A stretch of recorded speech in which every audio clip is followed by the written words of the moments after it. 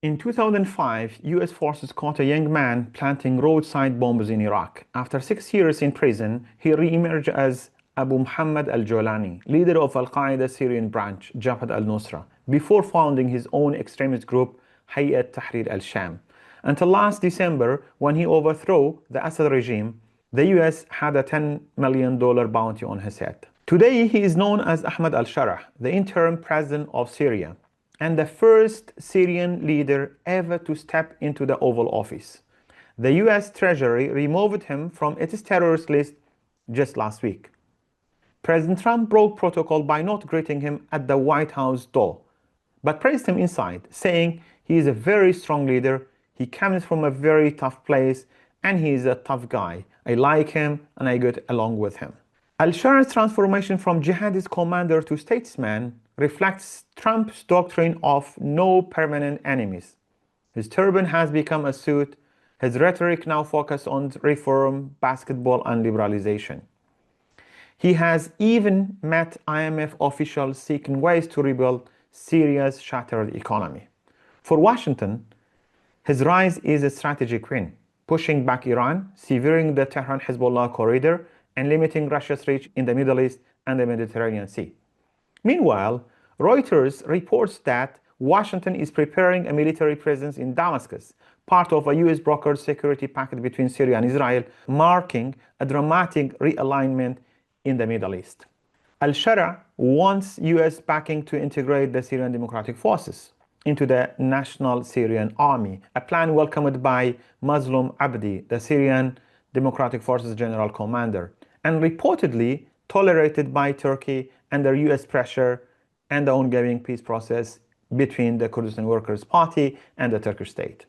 Yet the Kurds, who were instrumental in defeating ISIS, fear that US support for Ahmad al-Sharaa could come at their expense.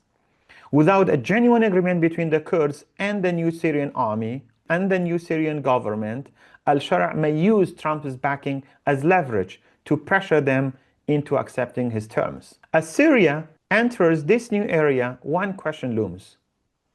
Will the US-Syria partnership bring stability or another round of conflict and disillusionment? And what does this rapprochement mean from a Kurdish perspective? To discuss this, I'm joined by Mr. Salih Muslim, member of the Democratic Union Party's Presidential Council, a key figure in Kurdish politics and one of principal negotiators since the Syrian Revolution. Welcome, Mr. Salih Muslim. Thank you very much for you and giving me the opportunity to explain the situation and what we are, our views and our vision for Syria in future. Thank you very much. My pleasure. So if you go back to 10 March, as you know, the 10 March between the Syrian Interim Government and the Syrian Democratic Forces was presented as a roadmap for national unity and joint security. Yet the details remains vague in a way. At the same time, do you believe this agreement genuinely aims at integrating the SDF into a national framework, or is it a mechanism for absorbing and neutralizing Kurdish autonomy and Damascus control, under Damascus control?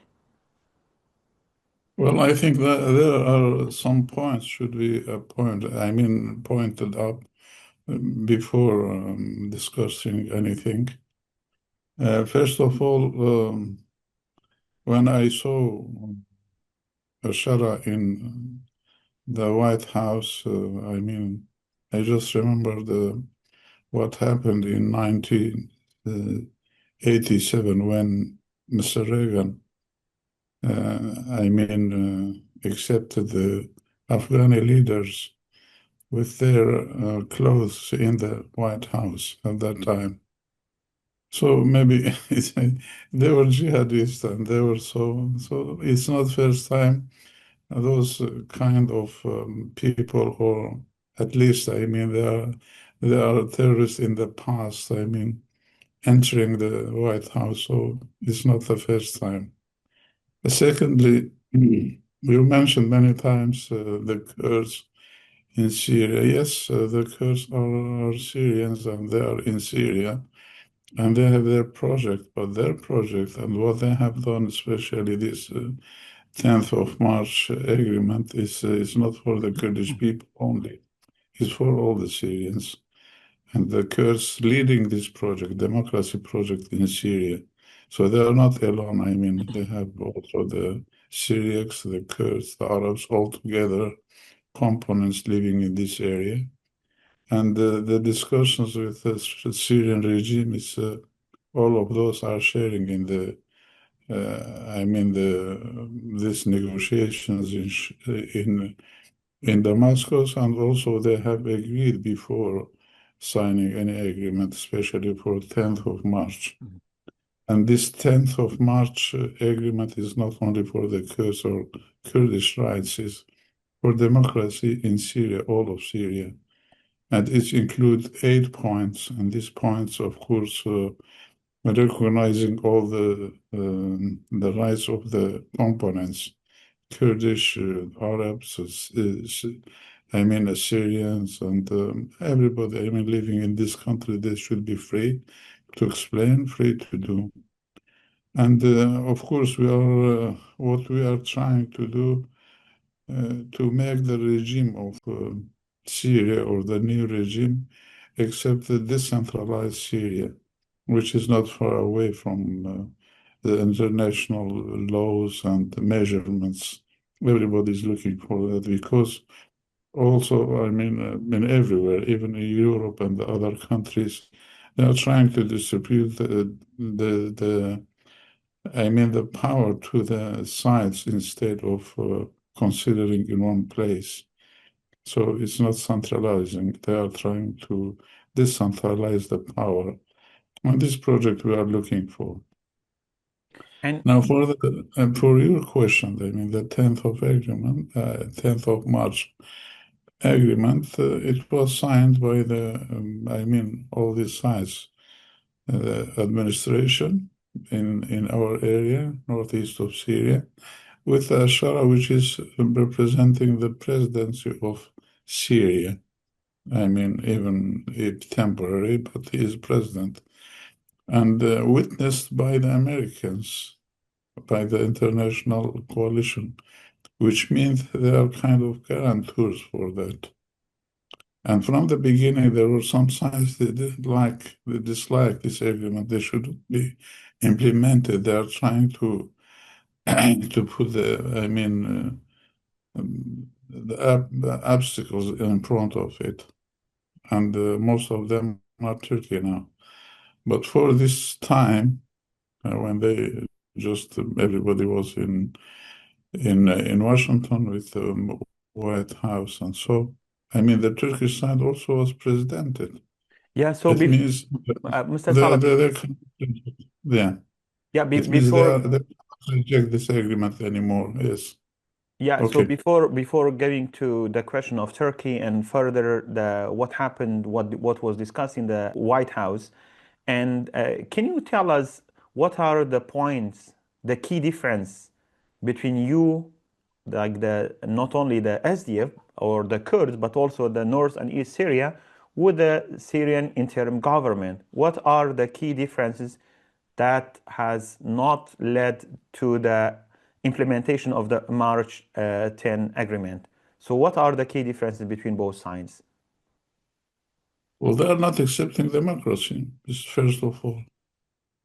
Any kind of democracy, and even we are looking for decentralizing. They are insisting in centralizing it as it was before. The previous regime. They want to control everything. And what happened? After the agreement, we have signed this agreement 10th of March. After 2 days, they issued a declaration, which was the constitutional declaration, giving all the power to in hand one man. They took a lot of steps which they are just considering one man. One side, one color. First of all, this declaration, statement for the Constitution. They are recognizing, just the power of one man, not democracy. They didn't consult anybody from the Kurdish side, from the other Arabs, and from the Durzis, Alawis, all components, they were out of the order, I mean, for this one. And secondly, when they have met and this theater for elections, and these elections, I mean, in any part of the world, we haven't seen, I mean, one man deciding the number of this membership of the parliament, which was 210, and just I mean, appointing 70 by himself as representing him, and the other 140 just selected by the committees nominated by this man. So it means they are not recognizing anything other than themselves and their jihadist group controlling Syria. And now we are talking about the Syria as a state, but there is not no state. There is groups of those jihadist group became together and controlling the power in Damascus. That's all. But if you see, like Ahmad Sharah from his interview with the Washington Post, he mentioned that it's post-war and they need time, and you shouldn't expect it. Like they don't have enough power to control everything. And even like when he was asked about the massacres that happened against Druze and Alawites, he says he gave the example of the the American Civil War, that after the American independence or American War, it took time to settle rule and order in the country. How do you see that the Syrian government, they say, okay, we need time. It's like after like almost a century of dictatorship in the country, they need time to establish democracy. We need to take incremental steps so that we can establish democracy and bring all the religious and ethnic components together in Syria. To begin, for any project, for anything, the first steps should not be different from what they are planning for future. I mean, maybe he could share all those components. They can hold these problems all together. I mean, we said we are ready to help you, and we are giving, I mean, the time to do it. But the first step for this project were wrong. I mean, what do you mean? I mean by this constitution, I mean temporary constitution. And it is going to be valid for 5 years. It means they are planning for 5 years to stay in the power. So they are going to change everything during these 5 years. It's not temporary. But in spite of that, I mean, if they have goodwill, we can share it and we can do it. I mean, you don't need to make the parliament from just nominated people. You can give the chance to the people to select their representatives. They didn't do it. And even the government, they have established all from jihadist groups, and they disputed the power between themselves, each one for everywhere, and all the Syrians are out of this game. So this is the problem. I mean, the first steps were wrong. If you start, maybe you can start with the constitution, democracy for everybody, and calling for everybody to share, to hand, all these problems together. They didn't do it. And their mentality is completely different. I mean, they just blame everybody when they say democracy. So they are unbelievers. They should be killed and should be done. And practically what we have seen in the Alawites and in the Druze areas, it means they are not accepting anybody. And if the Kurds, the democratic administration were not strong, maybe we could see the same in our areas also. So do you think that if the SDF will be integrated to the Syrian army without having their own autonomous decision making in the north and east of Syria, so the fate of the Kurds will be like the fate of the Druze and Alawites, that they have already undergone massacres by That's the right. current Syrian regime? Yes, exactly. Exactly. And just for dismantle or this, SDF or whatever it is, and give up the weapons, you should consider for the reasons pushed to establish this SDF. I mean, we were facing the massacres. We were facing Daesh. We were facing everybody is attacking our areas, and the same things are still valid.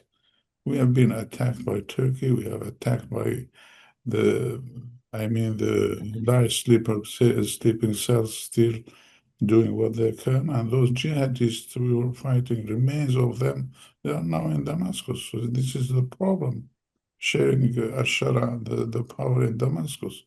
We don't know what they are going to do, and we are receiving the threats every day. You see, so it's not finished for us yet. So we Yes. have to prepare ourselves, to at least, for self-defense. Let's talk about the Ahmad Shar'a's visit and his meeting with President Donald Trump. So he has met President Trump in the last few months 3 times, and his Oval Office welcome, although President Trump broke the protocol, he didn't receive him in the doorsteps of the Oval Office, but he showered him with praises. So, from a Kurdish perspective, do you see Washington's rapprochement with Damascus as a sort of strategic necessity for stability, or do you think, as you mentioned, with jihadist meeting with President Reagan, and then later they turned Afghanistan into battlefield against the Americans, and also they turned life into hell for the Afghan people. So do you think, is it a strategic necessity for stability, or a dangerous repetition of history that could sacrifice the Kurdish and also minorities in Syria? Well, no, we have to think in this way. The way was paved by everybody, where all the powers feel, especially, those hegemonic powers, in this area, paved the way for Shah to bring him from Idlib to Damascus. So they have some purposes for bringing him. And some of those purposes became real. Like just throwing the Iranians, throwing the Russians and so from Syria, and fighting against Shias, Hezbollah, done. But there are still some missions. So what they are doing, they are betting on Al-Jolani himself, Ahmad al-Sharaa, as a person, and not as, an idea and so, or the organizations. And they have, just said many times, Robert Ford and the others, how they were contacting him since 2022 and 21 or so, just before. So they are still, trusting in this person and betting on him. And so they have to pave the way for him to be free to move anywhere to do. So because of that, maybe they have accepted him and give him, the legality, legitimacy to meet Mr. Trump 3 times, as you have mentioned, and accept him in the Oval place in the White House, and so it's okay. So, they are still bidding on him to do something. But in the other hand, they're not accepting, all those groups around him, those jihadist groups. As you know, HTS is, they contain about 12 or maybe more than that groups, which all of them, they are jihadists. And so they are trying to take maybe Ahmad al-Sharaa from between them. And maybe we are just expecting in future they will have conflict between their friends also. The other groups, because they are not accepting. We are just hearing the voices arising from that side there, which they think, Al-Sharaa just have, gone other way, not they were expecting, and so maybe they will have a conflict for that. So they are trying to strengthen his position as a president, and so to continue what they were planned for him. And this is normal, but we believe, I mean, he wouldn't be able to do it. I mean, especially when he is now joining the international coalition for, I mean, fighting against the terrorism. So it means he's going to fight against his old friends. So I think that they will have more conflicts, Ye- and of course they will support. I mean, all everybody will support them, and Yes, we believe he cannot do it without STF. as you mentioned, without having the SDF in the global coalition against ISIS, it's not possible to fight ISIS. And like history has proven, SDF was the key force to defeat ISIS. And as you see, like during the meeting with President Donald Trump, so it is said that they have agreed with the SDF integration with the Syrian Arab Army. And following the meeting, and also as Ahmad Shara also mentioned in his interview with the Washington Post, also Mazlum Abdi, the SDF general commander, welcomed the decision and also the meeting. Yes. Uh, what do we know about this integration, and whether the SDF has been consulted of what sort of integration we will have following this meeting? Well, as you know, in the agreement, I mean, this 10th of March of agreement contains about 8 points. One of them, those points, I mean, of course, the rights of the components and freedom and so whatever it is. And one of them is military section. So they are talking about the integration of the SDF. And they must just say the integrating. And there should be some committees to look into how is this integration is going to be. And there were some, I mean, a lot of discussions between the two sides from SDF and from those groups. I mean, let's say the Defense Ministry of Syria. There is a ministry, but there is no organization. I mean, we have to establish it anyway. But there were some discussions by the name of the ministry, and even verbally, they have accepted a lot of things. I mean, because Mr. First of all, for us, the most important is our areas. I mean, uh, this administration, northeast of Syria, should be protected by us. And they accepted, I mean, such a thing. I mean, to have some units, those military units in our place, and also the units for the YPG, which is the women organization. It's not valid in the Syrian army, for example, not in the past, not in future. And So they should be separate. have they accepted the YPJ, the Women's Special Units, to remain as it is? As it is in our areas, yes. And Mhm. they accepted also for the Interior Ministry and so there are some verbal agreements not agreed. I mean, not signed, but So they have then, if they have accepted even verbally, this is a positive. This is a positive. How to say positive sign that although this government, the Syrian government, they are jihadists. They have fought, and also women have no place in their own power sharing. But then we can consider this as a positive sign. Yes, yeah, well, that's what we are saying. I mean, they're accepting those decentralized Syria, and at that time, I mean, our areas will be free. I mean, for organizing such a thing, for Mhm. Interior Ministry, for Defense, and for the other administrations, that will be free. We have freedom for that. So this is the point. Verbally, maybe they have accepted, but not agreed yet, not Mhm. signed. So what we are expecting, I mean, as explanation for the 10th of March agreement, it should be all these points should be accepted, I think.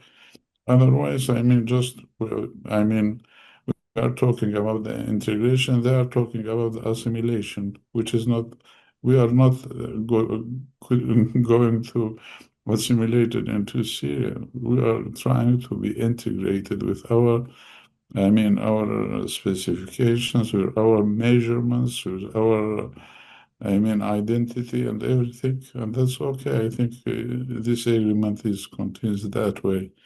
So this is the explanation of the 10th of March agreement. Mhm. And as you say, The obstacle for that was Turkey till now. And Turkey now was in White House, and they accepted this agreement to be implemented in the way American RC. The American, what they have said, they have agreed what we are looking for. They said it's okay, it's reasonable, and it should be implemented. and And the and do, rest side was Turkey, yeah. that's good you mentioned Turkey. And as we saw, like the foreign minister seems to have agreed with Syrian foreign minister and U.S. foreign minister that the SDF can be integrated to the Syrian army, and the 10th March agreement they have accepted. Does that mean the Turkish side they have accepted this integration under the pressure of U.S., or the geopolitical changes have led to Turkey to change its Syrian Kurdish policy on one side? On the other side, there's a peace process ongoing that has led to Turkey to change its policy. Well, the Turkish intervene into this much as was accepted wasn't acceptable by everybody because it's intervening something which is related to the other state, to the other country. You see, so this is not acceptable by us and shouldn't be accepted by the Syrian regime too. But they were doing, let's say, in different ways. Because they have good relations with the Damascus, and the Damascus regime wasn't doing anything without consulting them and getting assistance from them. And now they have accepted, in the American ways, it's the same way we are thinking. This integration should be in the way with all this, for our measurements. You cannot, it is different from the assimilation. So they have accepted that now. Let's see, in future, near future, everything will be clear, I think. And there's a lot of talk about the SDF integration, but there's less talk about northeast Syria integration to the greater Syrian state. And as we have seen, while the Kurds are talking about federalism or a democratic decentralization of Syria, however, like for the Syrian new leadership, like federalism is a taboo, and also political decentralization is also some sort of a taboo. And how both sides can reach a compromise so that the Kurdish self-determination or self-administration in the northeast of Syria can coexist with the new Syrian state or the government. Well, if we say decentralization, it doesn't mean, the separation. This is first. And secondly, we are not, tied to one title, just federalism. It could be anything. Decentralization is the kind of how you can agree with the center for the power, for sharing the power, for whatever it is, you can do it. So it's a flexible, situation. So what we are going to do, let's sit and talk and see what is the for benefit for all Syrians. We can do it. We are ready to do it in the way which we are. To help the Syrian people to be unified Syria. What is needed, we are ready to do it. So I think maybe it's not only for the Kurdish area or for northeast of Syria. We are looking for decentralization for all Syrians in Latakia, for the Alawites, for Durzis, for the other provinces, all should be decentralized. And the conditions, of course, we can talk about them. There are some maybe ministries or some sciences be in the center. That's okay, we accept it. And we have, of course, a lot of,